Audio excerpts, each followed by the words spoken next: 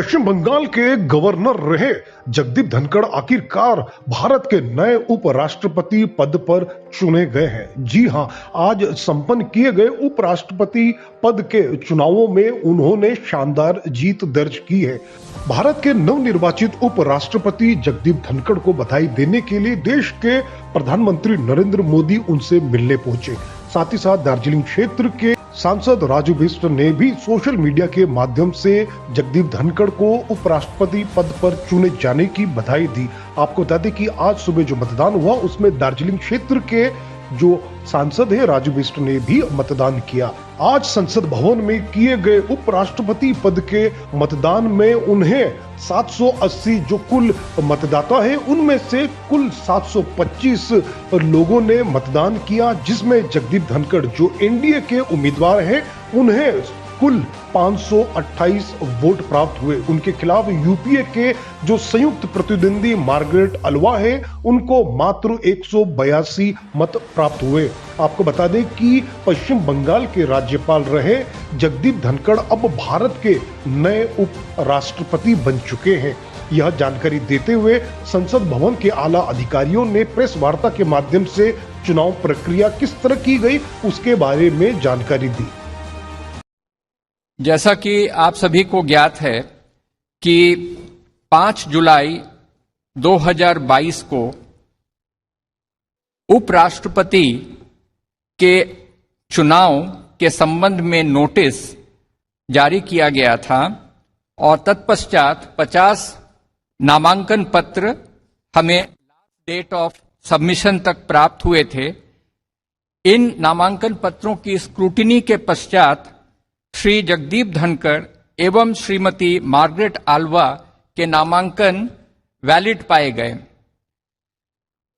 आज प्रातः 10 बजे से पोलिंग प्रारंभ हुआ पार्लियामेंट हाउस में, जो सायंकाल के 5 बजे तक वो चला। 780 इलेक्टर्स में से 725 इलेक्टर्स ने अपने मतदान का प्रयोग किया। यह 92.94% है। 5 बजे के पश्चात बैलेट बॉक्स को सभी कंटेस्टिंग कैंडिडेट्स के प्रतिनिधियों तथा इलेक्शन कमीशन के ऑब्जर्वर्स के सामने सील कर दिया गया एवं 6 बजे के बाद इन्हें सभी प्रार्थियों के एजेंट्स, इलेक्शन ऑब्जर्वर्स तथा काउंटिंग ऑफिसर्स के समक्ष इन्हें इस बैलेट बॉक्स को खोला गया। मतगणना में यह पाया गया कि 725 मत डाले गए थे, जो कि टोटल इलेक्टोरेट का 92.94% है। इन 725 मतों की जब गणना की गई तो ये पाया गया कि 710 इनमें से वैध हैं और 15 मत पत्र वो अवैध पाए गए। इस प्रकार से जो वैध मतों का प्रतिशत है वो 97.93% है। उपराष्ट्रपति के चुनाव के लिए जो कोटा आवश्यक होता है वह कोटा इस चुनाव के लिए 356 निर्धारित किया गया था। इसमें यह पाया गया कि श्री जगदीप धनखड़ को 528 मत प्राप्त हुए हैं तथा श्रीमती मार्गरेट आल्वा को 182 मत प्राप्त हुए।